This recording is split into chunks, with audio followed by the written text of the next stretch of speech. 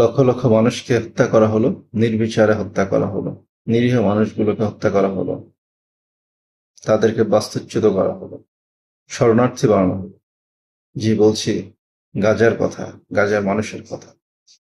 আজকে হঠাৎ করেই মিস্টার ট্রাম্প বলছেন গাজায় যুদ্ধবিরতির সময় এসেছে এবং তিনি বলছেন আরব দেশ, ইউরোপ এবং যুক্তরাষ্ট্র মিলে একটি অন্তর্বর্তীকালীন প্রশাসন গাজায় পরিচালিত করবেন এবং সেই প্রশাসনের প্রধান হবেন মিস্টার ট্রাম্প নিজে। তাদের এই পরিকল্পনাগুলো সুদূর প্রসারী ছিল বলে বিশ্লেষকরা মনে করেন।